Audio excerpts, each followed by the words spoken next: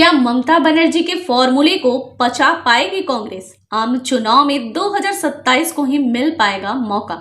2024 का आम चुनाव 3 महीनों में खास होने वाला है। पहला, क्या नरेंद्र मोदी को एक बार फिर से दिल्ली की गद्दी पर बैठने का मौका मिलेगा? दूसरा, क्या भारत जोड़ो यात्रा के बाद कांग्रेस में इतनी ताकत आ चुकी है कि दूसरे विपक्षी दल उसकी अगुवाई को स्वीकार करेंगे?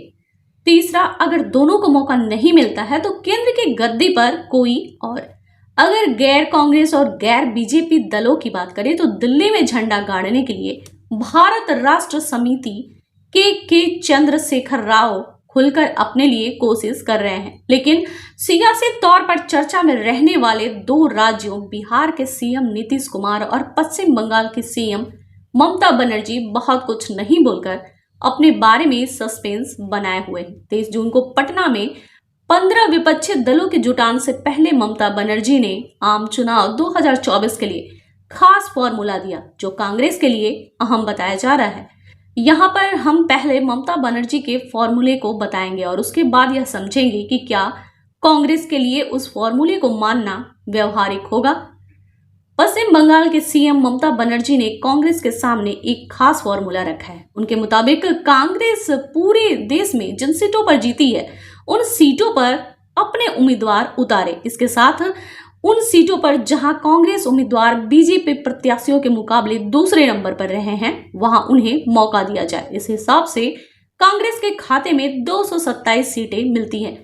बता दें कि कांग्रेस 2019 के चुनाव में कांग्रेस को 52 सीटों पर जीत हासिल हुई थी। अगर देश के सबसे बड़े सूबों में से यूपी की बात करें तो कांग्रेस को 80 में से महज 1 सीट रायबरेली से हासिल हुई थी। अगर इस फॉर्मूले के हिसाब से देखें तो यूपी में कांग्रेस को महज 3 सीटों पर चुनाव लड़ने का मौका मिलेगा।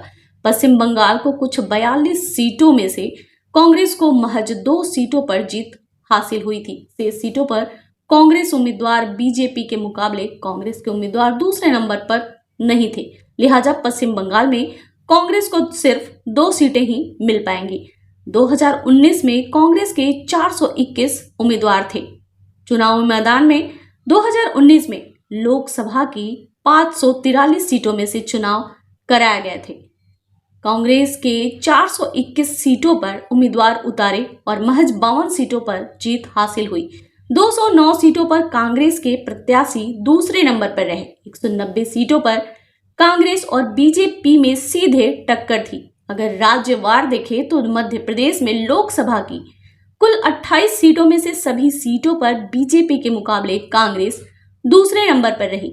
गुजरात की सभी 26 सीटों पर, महाराष्ट्र की 48 में से 14 सीट, कर्नाटक की 28 में से 20 सीट, छत्तीसगढ़ की 11 में से 9, असम की 14 में से 8, बिहार की 40 में से 2, तेलंगाना की 17 सीट यहां पर बीजेपी से मुकाबला नहीं था। उत्तराखंड की 5 में से 5 सीटों पर, दिल्ली की 7 में से 5 सीटों पर, हिमाचल की 4 सीटों पर, यूपी की 80 में से 3 सीटों पर, अरुणाचल की 2 में से दोनों सीट, मणिपुर की 1 में से 1 सीट कांग्रेस के उम्मीदवार बीजेपी के मुकाबले दूसरे नंबर पर रहे।